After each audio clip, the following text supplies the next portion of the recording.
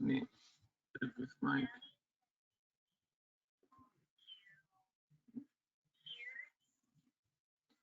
I will see.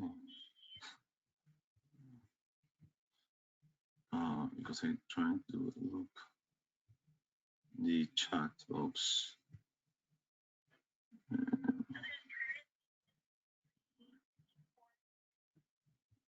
Okay.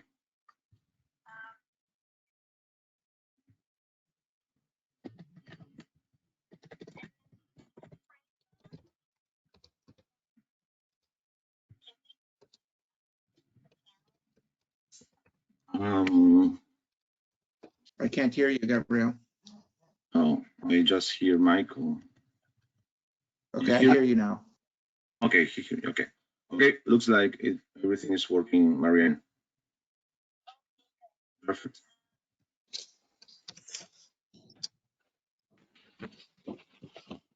Okay.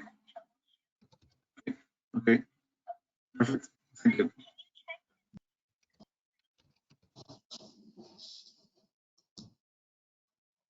Okay, I don't see Franco on the video yet. Let me. Oh, Franco is there. Okay, so Franco will have be able to manage as well, right? Like Michael, right? Okay.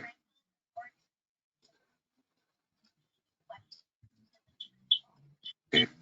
We are already. It's 9. Okay. Perfect. Thank you, Marianne. Anything I will call you. Okay. Thank you. Bye bye. Hi, Mike.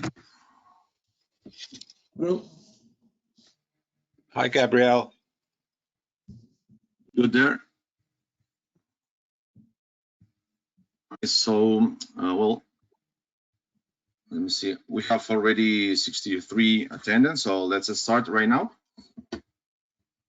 Hello, everyone. Welcome to this webinar, today's session on the ISO standards for mine closure and reclamation planning.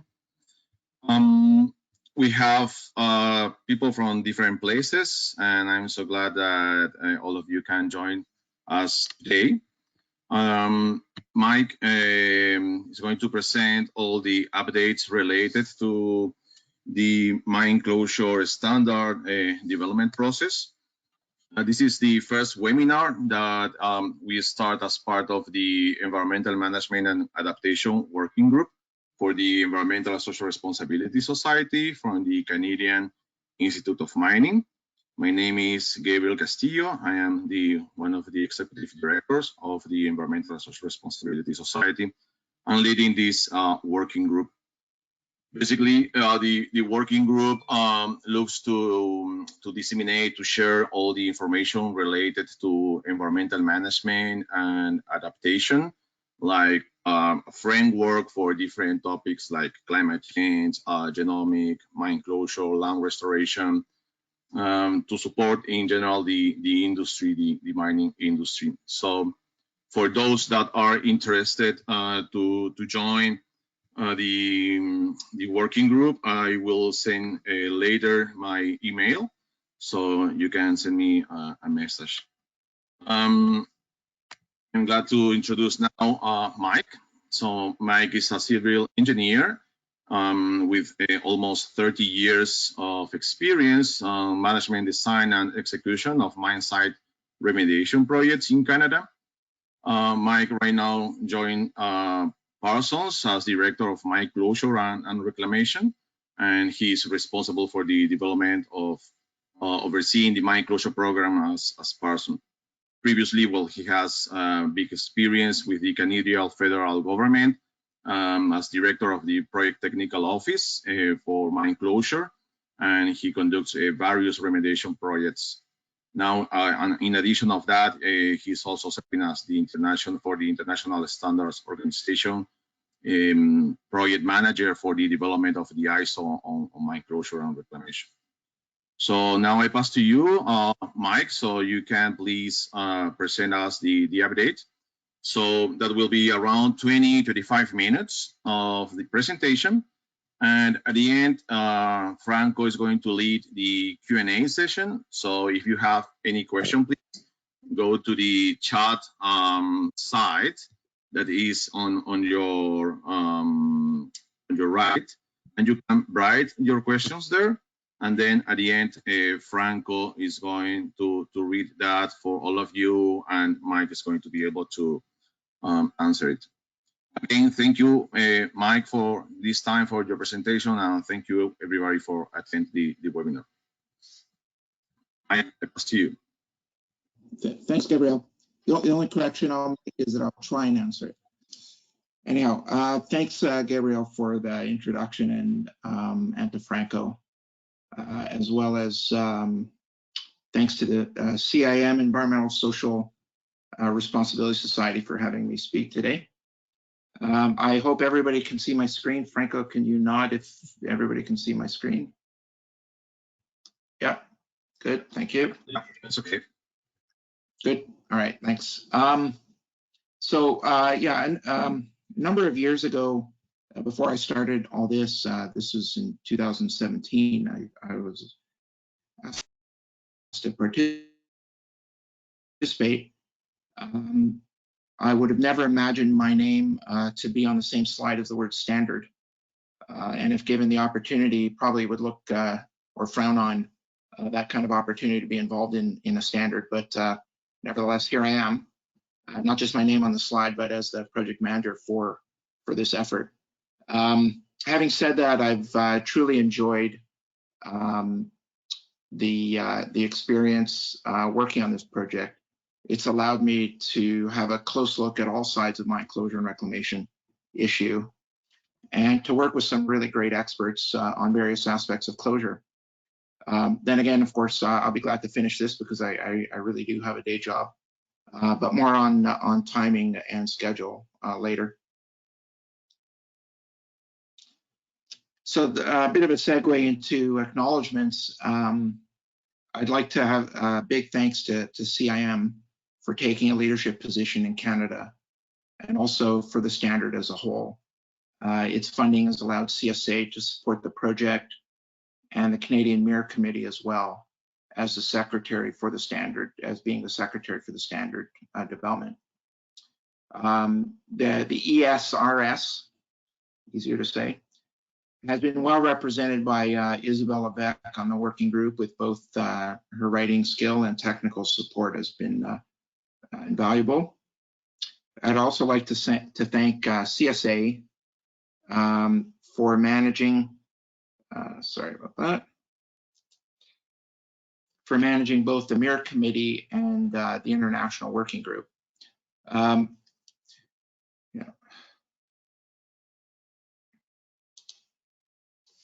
Working on the technology. So just as an outline, I'm going to go through the background of the standard, go through the participating countries, because not every country has participated. Go through the ISO context and process. That's the particularly fun part. Then I'll go through the standard objectives, the benefits, the framework that was used to put it all together. Then the meat and potatoes part, which is the standard contents, and then I'll conclude with update and schedule where we're at in the process and what's there left to do. So the standard so-called mine closure and reclamation planning, which is in a mine closure and reclamation overall grouping within ISO. It has a number associated with it. I shudder to think that there's 21,795 standards, but that's what that number would suggest. The standard has been under development since 2016. Apparently it's a 4-year process. I know when I started, I couldn't believe that and thought I'd finish in 2 years, but it really is a 4-year process, and actually longer, as we know now.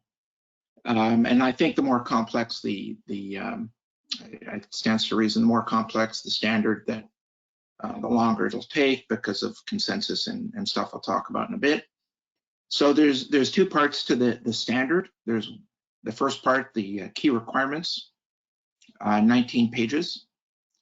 And then there's part 2, which is the guidance document, and I'll speak obviously more to that, which is 68 pages. And fundamentally, that's a toolbox for the key requirements. It's to help support the delivery, if you like, of some of those key requirements. So the standard, as it's obvious, is launched by the ISO organization. It's led by Canada. So that means that so the key organizers, let's say Dirk Van Ziel, he's the international convener. Myself, I'm the international project leader, which really means that I'm just a taskmaster and just making sure it all falls together. But we have, and so CSA, their role was to act as a secretary function, both in terms of the International Working Group, the MIR Committee, and the International Secretary for the project as a whole. One thing about that is that, through that MIR Committee, the standard, once it's accepted and turned into a standard, published as a standard, that MIR Committee will then allow, it'll be easier for the standard to be adopted into Canada through CSA as well. So who's on the working group? So the members, so these are voted members. These members are they elected themselves to become members, but by committing to participating in various ways through either supporting through expertise or voting and attending the meetings and moving the project through. This list has changed a little bit. Actually, now South Africa's on it. But anyway, so as you can see, and there's a number of appointed experts through these countries to participate, and we've relied on some of these experts to develop content, but also to review and approve content into the next stage.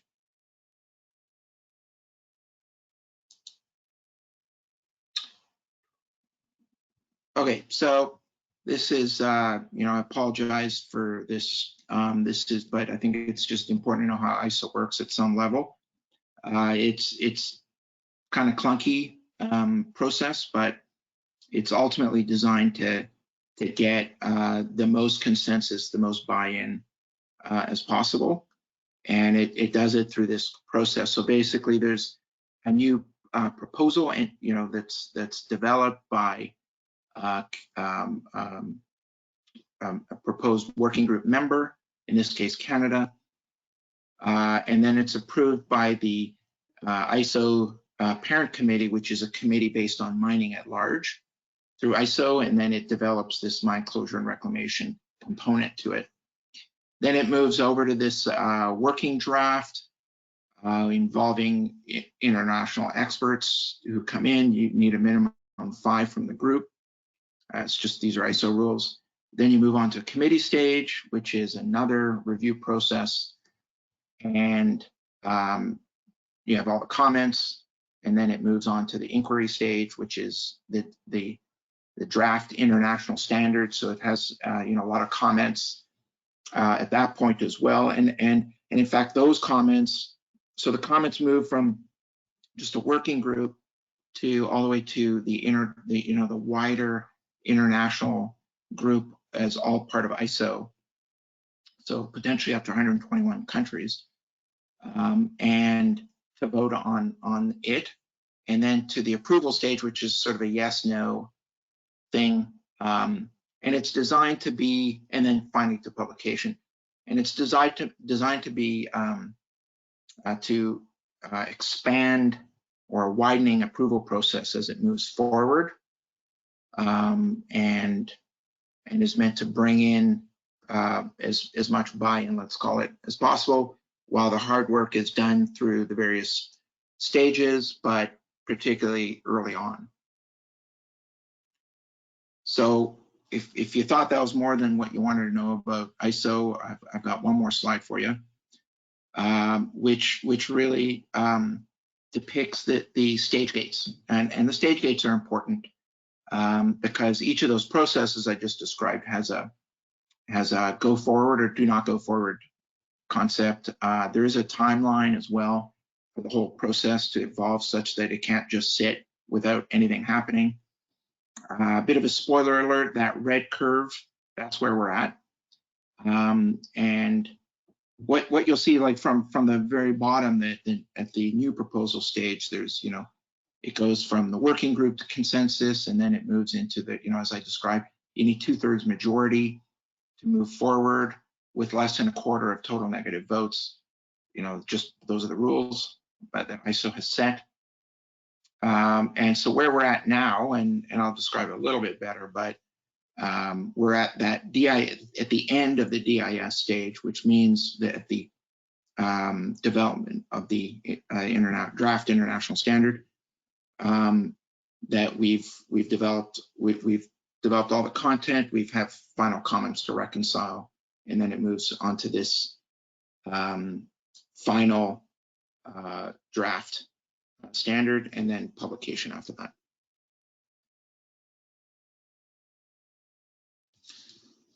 So just, the sort of the context for international standards in the mining sector. I mean, there are other aspects of mining that get standardized, all sorts of like autonomous aspects of mining and all sorts of other stuff.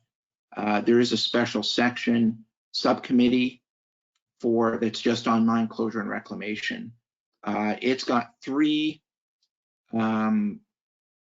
pursuits right now, 3 different working groups that define that are towards the completion of a standard. There is the terminology, so that was the first out of the gate, which is, let's just all agree on what the terms should be. I did learn that through this process, there's a lot of different terminology for the same thing, so we had to sort of sort that out. I was only involved in a review capacity on the terminology component, but it's very important and it needs to dovetail into the work we're doing, and there was overlap. But it's complete, and so it's I don't know if it's published yet, but it's certainly nearing completion. And then there's managing legacy mines, which is at the working draft stage. So it was approved as a project, and now they're developing sort of the initial set of content subject to further development as through that process I described to you.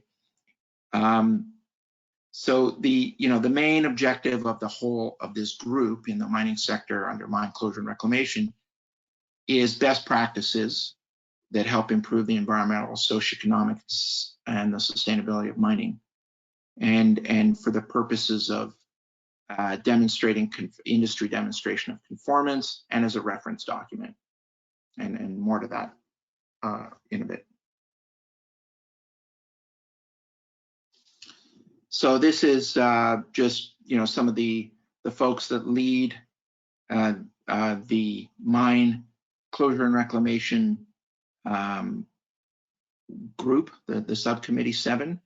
I know this is hard to see, but essentially these are options. This is just a sort of a brain dump from a variety of folks who've been participating as to the kind of things where standards could move to.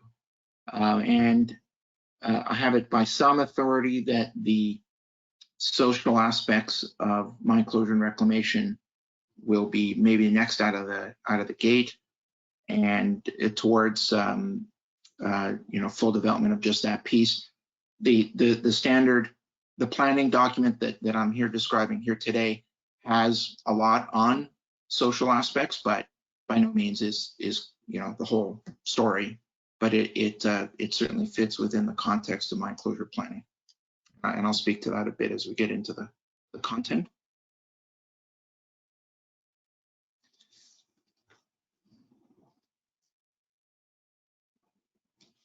So the standard, is formally titled Mine Closure and Reclamation Planning. It's being developed for use by those really with the responsibility for or an interest in the planning of mine closure and reclamation. This would, potentially include folks like mine planners, designers, regulators, operators, environmental assessors, communities, stakeholders at large, Indigenous peoples, and with any interest or stake in it. I mean, the main objectives are, as I've listed here, is to provide a resource that contains all the multidisciplinary best practices for planning closure. It is, and I knew that, but in fact, it is very multidisciplinary. That was also one of the challenges. Also to provide consistency in that planning, so that and then as a reference to support that, and then support the interests of the mining community at large, in particular countries with limited support. We certainly were interested in making sure that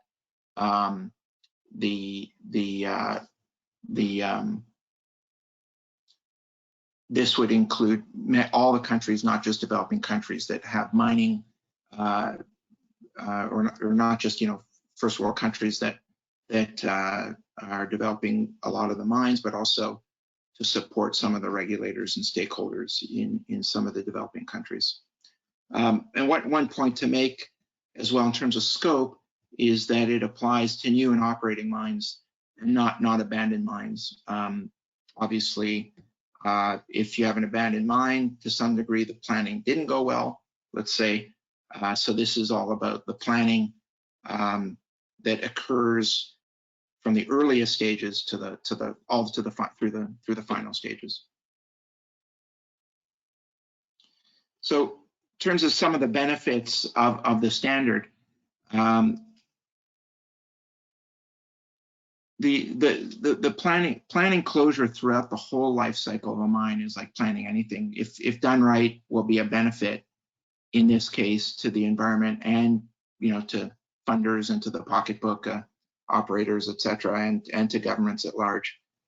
A clear process will build trust, and by bringing in key stakeholders from the beginning and throughout, will achieve a higher likelihood of success for the whole project, not just for closure. An emphasis is placed on integration of the mine design, operations, changing design and operations. So just as the project evolves, with closure needs to reduce back-end financial costs. So there's a real sort of financial win out of a lot of this. But it also provides more certainty in the financial plans and accounting to deal with residual liabilities.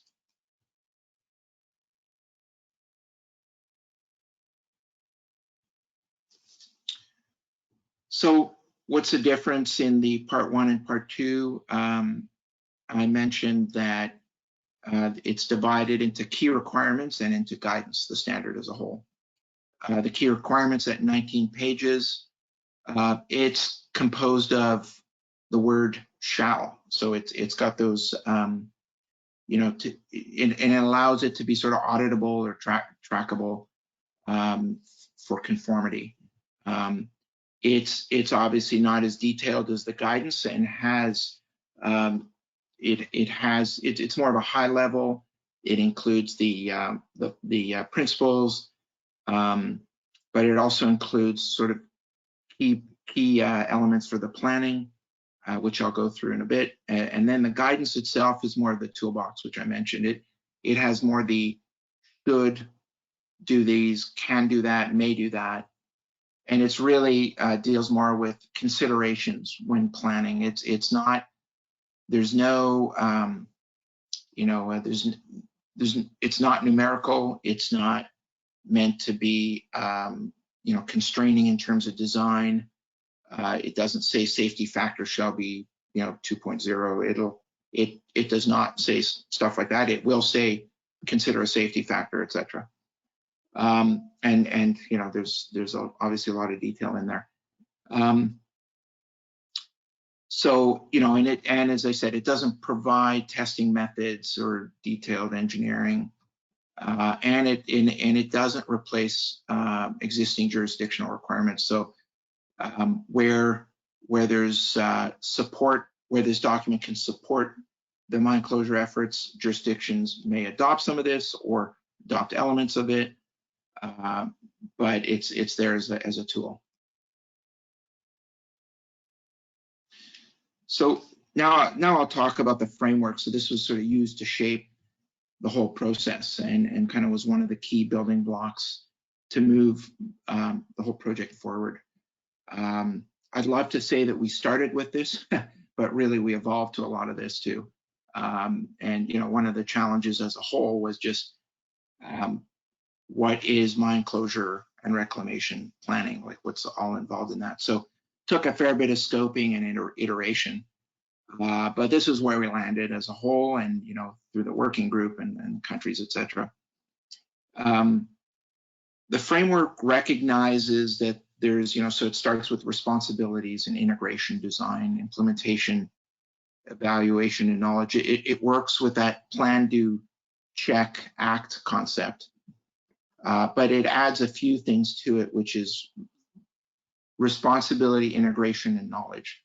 So the responsibility really deals with the fact that, you know, everybody needs to be accountable. There's a responsibility that needs to be borne by the various entities and in their roles to make sure that they're providing the requirements that they're needing to do that. And then in terms of integration, it's the whole standard is composed of multidisciplinary facets, and to make it successful, it's got to have all those things. There's multi-stakeholders involved throughout the whole life cycle. So the integration of that, but also integration not just as a planning document that then gets shelved, but one that really gets operationalized. And that was kind of one of the challenges that we recognized early on and brought to bear on this, which is, you know, it has to be integrated into operations, particularly as the project evolves and updated, etc. From the design perspective, the closure planning has to be robust and resilient. There's a lot of emphasis in engineering right now on both of those. So robust means it's designed for to be able to be working within the not just the life cycle of the operations, but also the life cycle of the post-closure. So it needs to be fully robust whenever that occurs. The design for closure needs to be robust, and resilient just means it needs to be able to adapt to change, and that it can cope with various environmental requirements and situational circumstances. And that needs to meet the needs of all the stakeholders. So in terms of comfort and to reduce the legacies that get developed in the post mining stage. So that includes, you know, physical, chemical stability and the controls for sustainable land and water use, and that the mine closure and reclamation treatments are required to be resilient and robust, and that they include all the socioeconomic considerations in the transition to final closure and for communities. And that risk assessments have to be updated regularly and inform the design process. And knowledge is critical in managing the knowledge database into the long term. Knowledge management is a big issue. There has to be quality processes such as peer review to be embedded in the planning and execution, the design and operational life. Operations, maintenance, and surveillance programs included, and as part of adaptive management, which is all covered in the standard and more so in the guidance. So this basically is the meat of the key requirements section, which is the part 1 of the standard. It has, mine closure and reclamation plan objectives and commitments, the technical processes, the socioeconomic component, the financial assurance,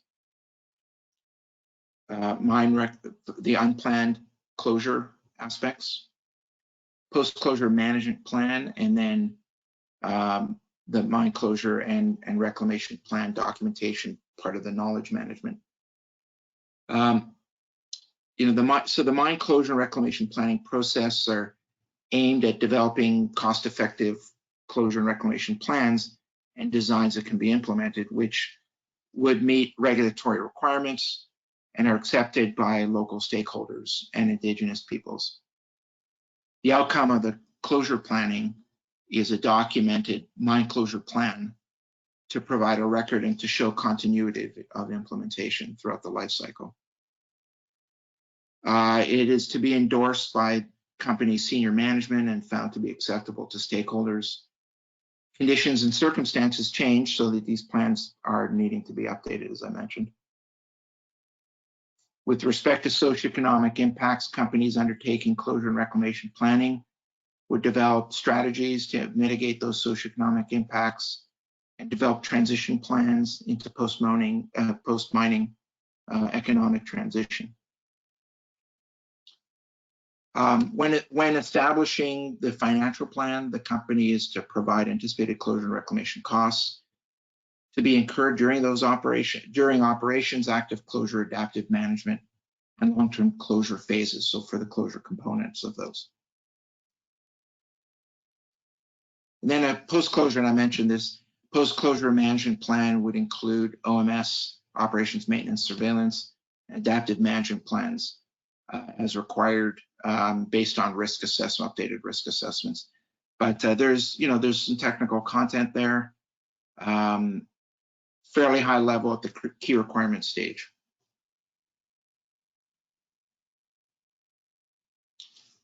Now, the part 2, which is the guidance, is, as I've mentioned, is the essentially set of tools that are used to support the key requirements section.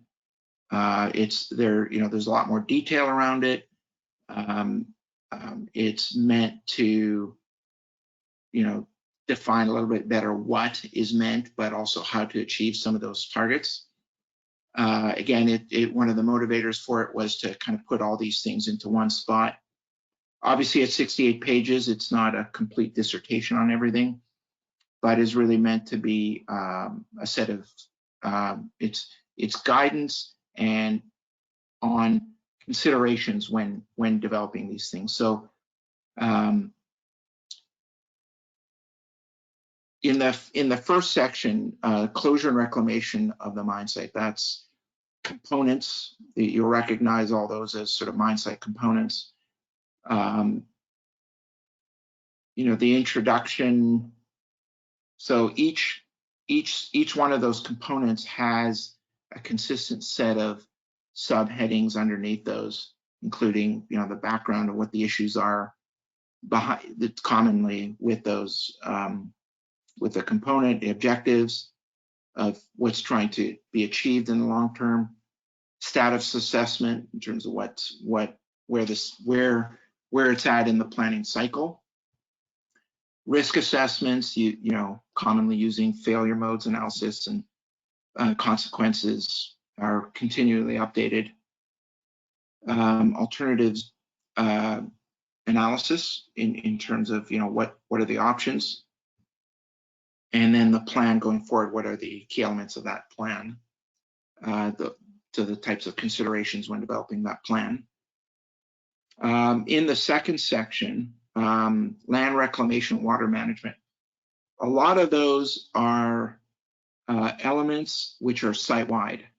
They may affect all the components above or few of the components above, but the land reclamation component, and it's all about the water, right? So water is a major aspect of mine closure, and then the final line reclamation. So there's a fair bit behind that, and there's a lot of wonderful expertise that's in that section. And it follows a similar structure in terms of objectives and considerations, et cetera, as the first section. The third section, stakeholder engagement.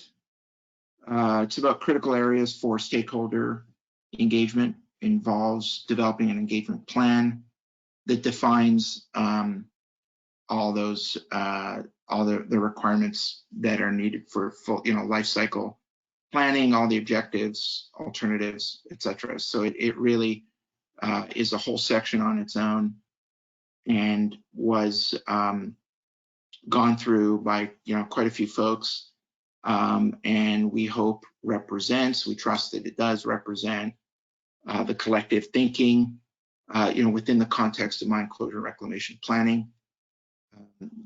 Certainly on the highlights, there's a discussion around a new standard on social impacts, and this is the component of this is the stakeholder engagement piece, recognizing that there's other elements probably in mine closure, but this deals with particularly with the stakeholder engagement component. And then the fourth section was sort of more of the fun section. It's decision and analysis tools. So a lot of the things that impact all the planning stages, so design levels, things like design level for operations and design level for closure, they're not the same. How to go about alternatives and analysis, designing and operating for closure. So earliest stages to contemplate what would it take to get to closure from this point, et cetera. Risk assessment and how that process works towards and at the various stages, and it allows you kind of to know where you're at in the process and where you want to be and what residual risks you might have. Cost estimating, I mean, we can't, and financial planning, we can't divorce that from all this. There's a lot of variation in cost estimating, and there's a lot of discussion around financial planning. So, we've determined a financial plan is required, and it needs to follow international best practices, et cetera, and a lot of details are in there on that. And then we move to the performance monitoring and adaptive management and long-term care phase. So the current status, I gave you that spoiler. We're at a pretty good space right now. The DIS, these are the results of the DIS vote, which is a draft standard. So we had, call it 91% approval for part 1, 92% approval for part 2. So that's a good sign. So where we're at now is the editing team is, and there were many comments, right? 211 comments for part 1, 212 comments coincidentally for part 2. A lot of it is editorial. I don't want to say it's all editorial, but there was a lot of sort of clarity type things and edits and that sort of thing. Essentially it was a pretty good mandate to proceed. We're in the process right now of we've actually consolidated all those comments, addressed them, almost complete, and then it goes over for one final vote, and that vote is a yes/no vote, as per the final DIS in that process chart I showed. So the plan is to register that for vote in April, and then according to ISO, that's a 2 months process. And then after that, if successful, moves on to the publication stage. And just to remind folks that we needed for the DIS, we needed 2/3, but going forward, it's mostly just a reconciliation of comments, and finalization, packaging, and then shipping off for publication. And then if successful, and then having that yes/no vote. So just as a closing note, that's what the standards look like right now. That's at the DIS stage. I don't expect everybody to read all the fine point, but that's just, it's nice for me, particularly having been involved in this so long, to see these things. I just want to take it to the finish line, land the plane, as they say, and look forward to not doing any more ISO stuff. But we're certainly looking forward to the next stage and having this be a contribution in the mine closure space. So yeah, at that point, I will take questions. And I've also provided my email address for folks if they want to ask me any other questions. I can't say I'll answer every question today. There's a ton of detail and there's a lot to it. I'll do my best today, but if I can't do it today, I'll certainly commit to getting back to this committee, this society on the best answer I can provide. So with that, I'll turn that over to you, Franco. Okay, thanks, Michael. Can you hear me okay? Yeah, I can hear you fine, thanks. Great. So just to say again, I wanted to thank you, Mike, for supporting ESRS as a speaker for this webinar. Mine closure standards are clearly critical to develop pre and post closure performance measures and leading practice indicators with a long-term sustainable vision. The application of this standard will support companies, governments, and society to have a clear understanding of the future land reclamation. So we have a few questions that have been put in the question box.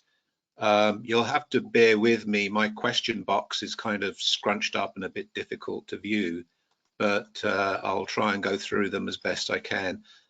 The first question comes from Paul Maidstone, and it says, you mentioned that the new standard applies to new operating mine sites.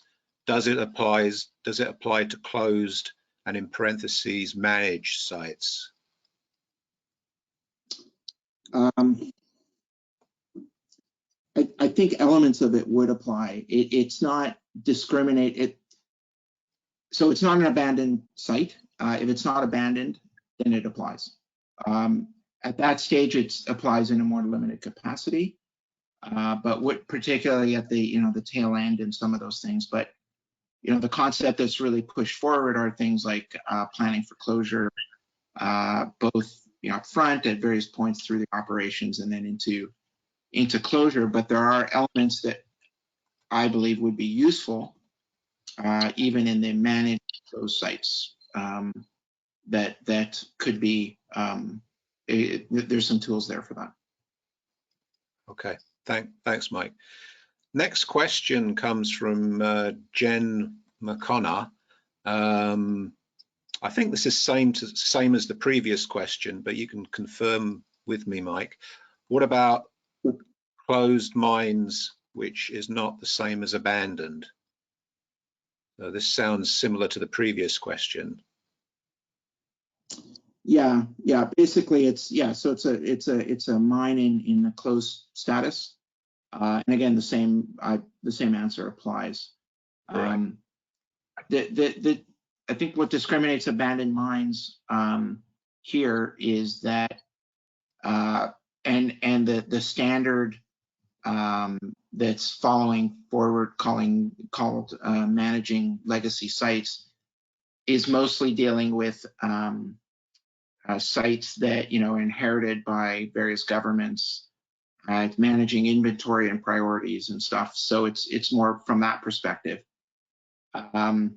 So depending on where you're at in the planning cycle, this standard applies to a greater or limited extent. Just put in a different way.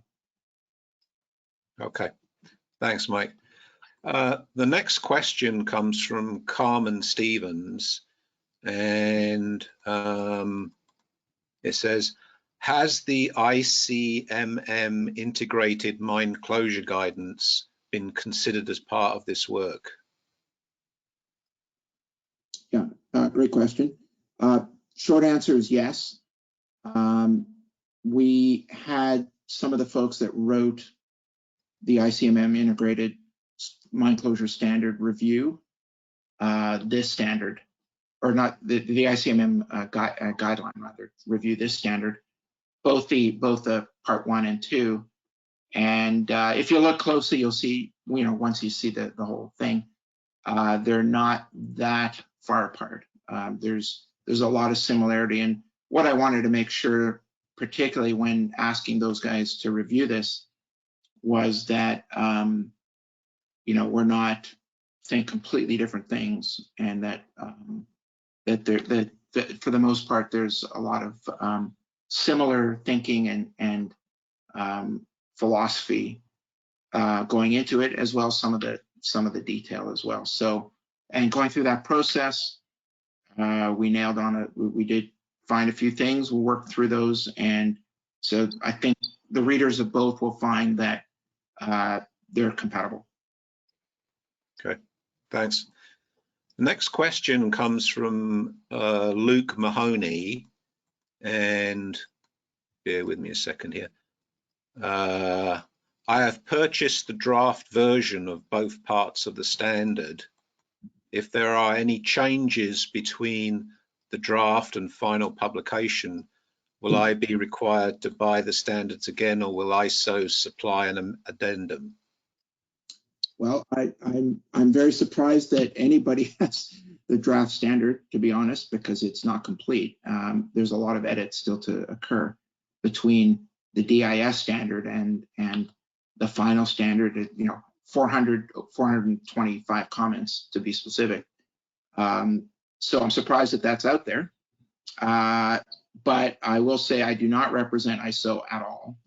I'm the project manager for this standard, but I can't speak to anything to do with whether you get a all discount, whatever. I can't speak to that. Okay. Next question from Jack de Klerk.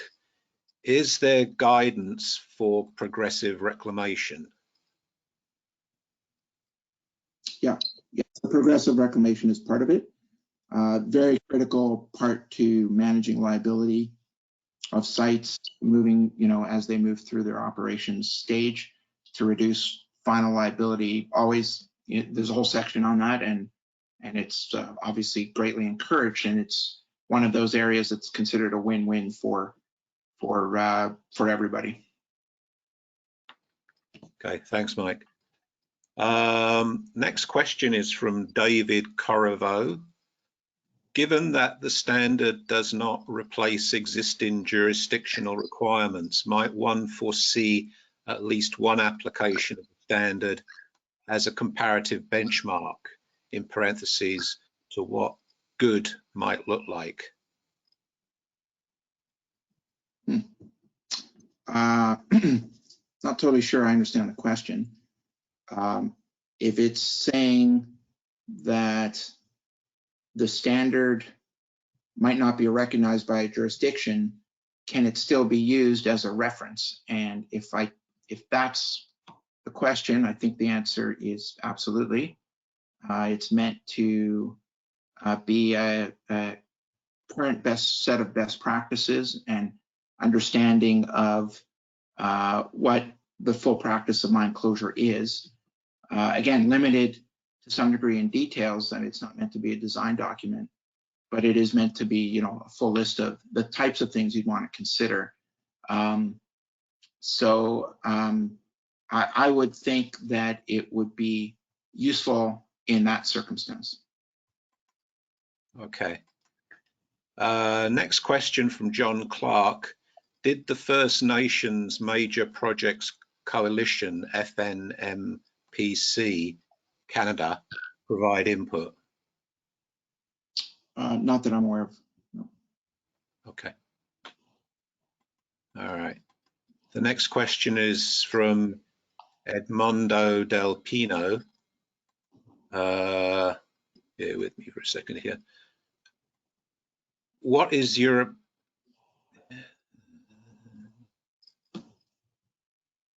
Don't really know that I understand the question here, or I can't see the question.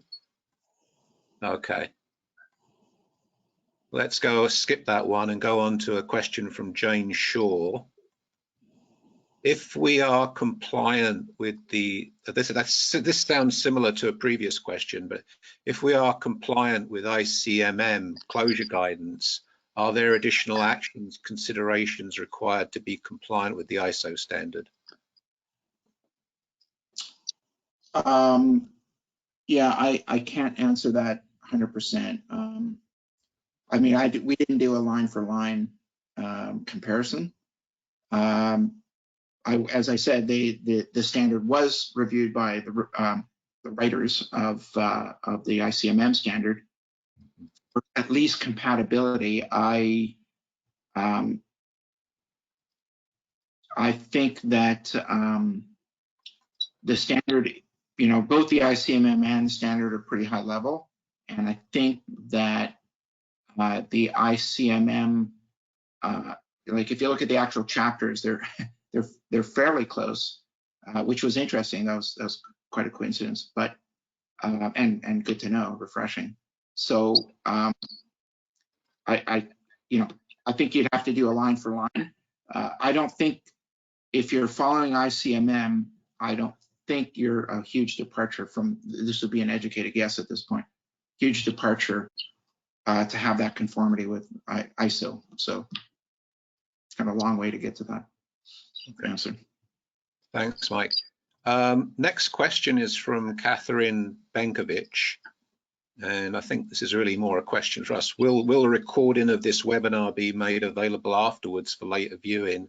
And the answer to that is yes. We'll be putting a link to the recording of this webinar on the ESRS website.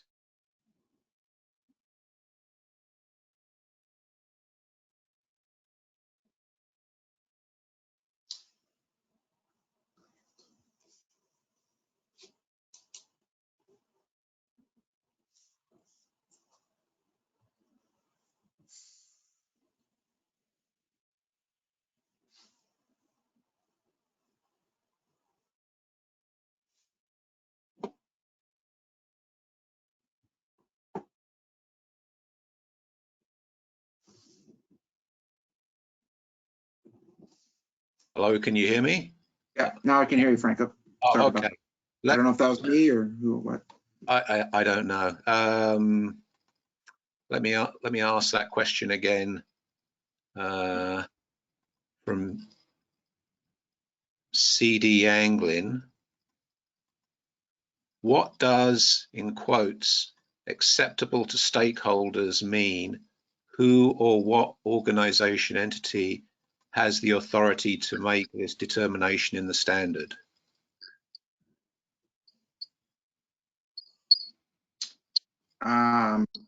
Well, you know, so we don't, I'm not sure I totally get the question, but if the question is who are stakeholders and what is their authority, we don't address who are stakeholders other than to say at large, those are folks with an interest in, it's quite a, you know, I mean, that's about as broad as you can get, anybody with an interest. So civil society, and that's included in the standard and in the guidance. And so the the involvement of stakeholders in that is what's described through the stakeholder engagement section. So, you know, we didn't sort of look at who's a legitimate stakeholder or anything like that. It was just, all we really wanted to do is to really emphasize that stakeholders in general need to be involved in the whole process, and that success is more likely achieved through that process. So that's kind of the overarching point. We don't talk to who's a legitimate stakeholder, if I understood the question. Did I get that right, Franco? Or is there a different interpretation of that? No, that would be about the same as I'd understand from that question too. Okay, thanks for that. So next question comes from Tin Iwin. Mike, how do you view the potential adoption of ISO standard by mining companies and regulators globally? As you know, each regulator, jurisdiction, and company has their own specific set of guideline standards, and harmonization in the industry would be great. Yeah. So, I mean, for starters, this it's a good question. So, the standard was meant, one of the objectives was to be to support that consistency and to be sort of an internationally recognized standard through ISO, such that it had, as much in it as possible. We would anticipate, similar to other standards, that various jurisdictions would adopt the standard as part of their requirements in order to help foster that consistency and completeness of all the components of it. That's the purpose of any standard, really. But now, just keep in mind, I'm not a standard expert. I was the person in charge of herding everybody here to do this. So the standards process, I'm not 100% sure on, but I know enough to say that the objective is to make sure that it's certainly a tool that's designed for completeness and consistency in this space, which it has been lacking, which defines the need in the first place. Okay, thanks, Mike. We're getting a lot of good questions here, and the next question is from Luke Mahoney. Has towards sustainable mining been taken into consideration while developing the standards? Not specifically, though it's all part of, and again, we didn't do a line for line, but a lot of the experts who are involved in putting this together are very aware of the towards sustainable mining process and program. And so, key elements of it are obviously adopted into this. So I would say in general, yes, but not line for line. Okay. Next question is from Ignacio Flores Quezada, and the question is, if you can bear with me a second, just having some problems with the question box here. Why hasn't it included monitoring requirements, parameters, frequency, and duration in the post-closure stage? So it's a question, I guess, around monitoring requirements. Yeah. So monitoring is there. It's obviously a key feature of the post-closure plan. Adaptive management, there's a whole section on monitoring. And then, of course, it's expanded upon greatly in the guidance document. So there's a lot in there on that, and keeping in mind that it doesn't refer to specific techniques. It's not designed to be a technical document in that respect. Okay. We have a question here from John Clark. I'm not sure you'll be able to answer this question, Mike, but I'll just read it out regardless. Purchasing ISO standards eliminates many interested parties, goes against transparency. Please comment if you can, I guess. Yeah. Sorry, I don't know. Again, I don't represent ISO. So I can't really comment to that. I can say that, if you're interested in, I mean, mining closure projects are commonly in the millions of dollars. Assessments in the millions of dollars. All the whole process is a very expensive process. I think these standards go between $50 and $150. So I don't know exactly what they go for, but I can't say that it wouldn't be good value. I can leave it. Here I've got more of a comment than anything else from Richard Cook. Thanks very much for the update. Well communicated. So kudos to you, Michael, on that. Next question. Another question from John Clark. Does the ISO standard address biodiversity and ecosystem, which is the main reason for reclamation? Please comment.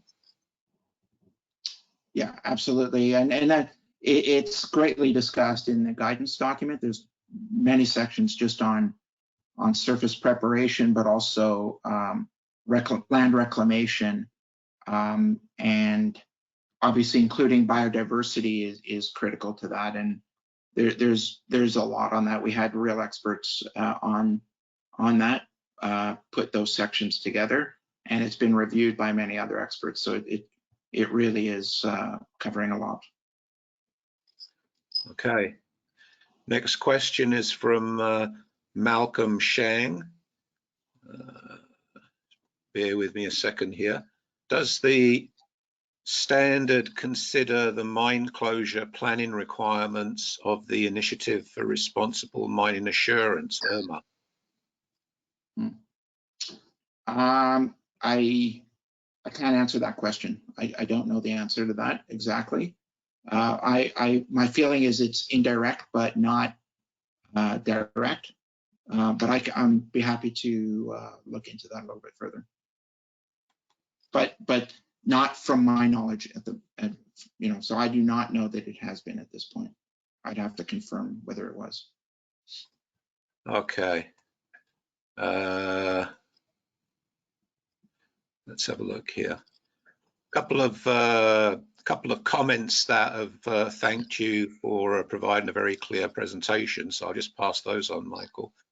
The next actual question is from Okay, thank you. Libya Gonzalez. If you comply with the standards, can you ever walk away? Very general question, I guess. Yeah, that's a great question. And I will say that we stayed away from relinquishment as a whole, as a topic. It was in there at first, and then it got edited out, primarily due to the fact that there isn't a lot. This document is meant to sort of encapsulate best current principles that are, or best practices that are in effect, that are working. It's not meant to sort of put too far in too many boundaries that for which there hasn't been a lot of practical knowledge or expertise. So although relinquishment can be done, and I'm sure it's happened, it just doesn't appear to be very well understood process. So and there weren't a lot of examples in it. So we decided, okay, we're not going to do that. I will point out that ISO updates the standard at a minimum every 5 years, I believe. And obviously, I think that's one of the topics that's probably going to get explored, and hopefully cleared with more clarity to then include into this. Okay. We have another question from John Clark here. Starts off with a comment. The water sampling requirement is excellent. Does it relate discharge quality to acceptable receiving water quality, which is the real acid test for success? Well, I mean, so we don't get into that detail. I mean, obviously, those are really important aspects, obviously. But the standard is kind of at a level higher than that, which means that you are supposed to do risk assessment. You are not supposed to not do harm. Discharge. It doesn't say no discharge. It just says no discharge that creates harm according to the required standard that's jurisdictionally required. So it's covered within that fold, but it's not covered within. We don't get into how to compare discharge quality with receiving water quality, and but we do say, risk assessment analysis is supposed to be compared, and then you're not supposed to leave legacy chemical issues and physical issues, etc. So, but that is, there's a fair bit of detail on that in the guidance document. So it does speak to receiving water quality. It's just not in any more detail than that. Okay. Are you okay with more questions, Michael? Are we okay to carry on? Or? Sure. Yeah. I'll do what I can. We seem to be getting a lot of questions. So this next question is from CD Anglin. Hope I'm pronouncing that correctly. Just bear with me here. Attempting to rephrase a question, perhaps an earlier question, which was hard to understand. Stakeholder acceptance. Does the standard provide guidance regarding how to gauge the legitimacy and importance of various stakeholder groups and how to incorporate their input into planning, monitoring, etc.? In the technical procedures and techniques not include hydrology stability, why? Oh, sorry, no, That's a different subject. That's, I just accidentally, I'm having some trouble with reading these questions out, so I Okay. got the question. But did you get that rephrasing by CD Anglin? Yeah, I got it, but and I apologize, and I welcome you to email me, but so it does not weigh on, if I understand, who's legitimate stakeholder and who counts and who doesn't count. It does say that once stakeholders are identified, there's a ton of technique in there in terms of how to involve, where to involve, different stages and techniques, a bit more expounded on in the full section in the guidance document. It really more focuses on the importance of it and that it be included into the different stages. But I feel like I'm probably repeating myself, so maybe I'm not understanding the question exactly. So I welcome CD to email me directly, and I can try and respond to that somehow. Okay. Question here from Edmundo Del Pino. In the technical procedures and techniques not include, I think what he's saying here is why do the technical procedures and techniques not include hydrology stability? Why? Well, they definitely do. Okay.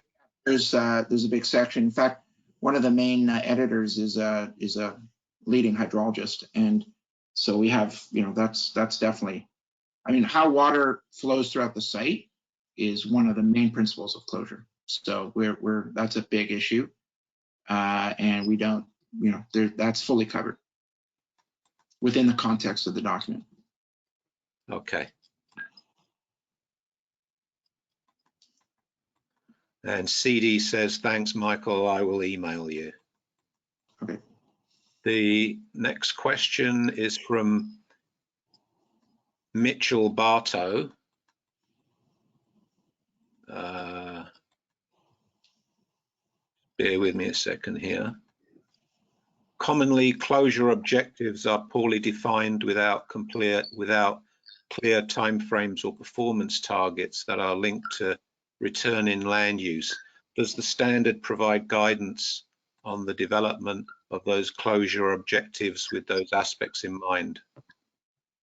Yeah, it at a fairly high level, it doesn't say, design for 100 years and then use return periods of 1 in 10,000 years. It doesn't say that, or use PMF or any of that. What it says is that the timeframes need to match the site conditions that you've got. So it's clear that, for example, operation design life for operational stages and closing stages are very different. Depending on what you've got, you need to factor in, and the financial plan needs to back that up on what you're looking at for post-closure. Every site's very different, so we couldn't get into too much detail there, other than to say that you've got to use the full weight of science and financial planning to make sure that, so for example, a risk assessment post-closure to see what residual risk you still have, what is the OMS telling you, and then with some, depending on the risks and failure modes, you might decide that you need to create your financial plan to support those potentialities, and have those financial tools in place, depending on what you got. I mean, if you're, for example, expecting active treatment to occur to be up to 5 years, but there's a risk it could go to 10 years, then that has to be accounted for. So that kind of stuff. So we don't get into a lot of technical detail because the sites are different, but it does talk about proper planning horizons and all the support required behind that. Okay, thanks.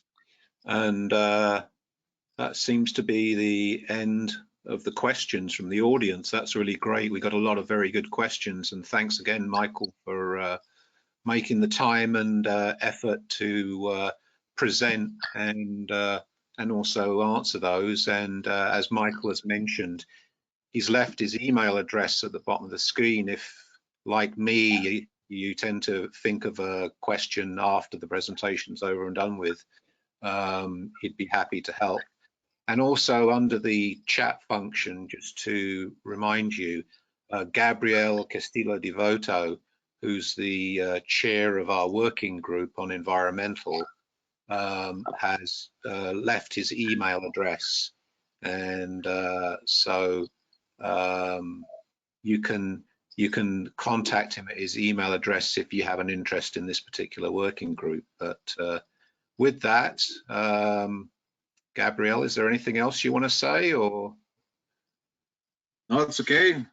Thank you to Mike. I think we did a very good process. I'm also glad to see very good question. We don't have any more questions, right, at this moment? Oh, actually, there has been. Are you okay with just maybe one more question, Michael? You bet. All right. This is from John Clark again. Bear with me a second. How does the ISO standard address the upstream tailings dam design, in parentheses closure, if such closed dams are deemed potentially unsafe? Does the standard require geotechnical modifications, for example, waste rock buttressing at the dam toe, etc.? Some reclaimed dams have failed Brazil. How to address this? Yeah. So, yeah, good question. The standard does not say do not use upstream dams and only go with downstream dams or anything like that. But what it does say is that you need to do risk assessments, and they need to meet certain design requirements.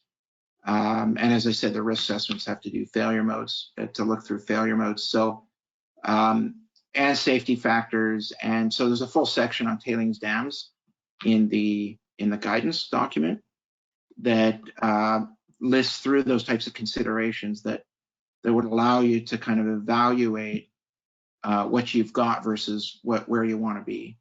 And so it gets there, but it doesn't say, categorically do not use upstream dam construction.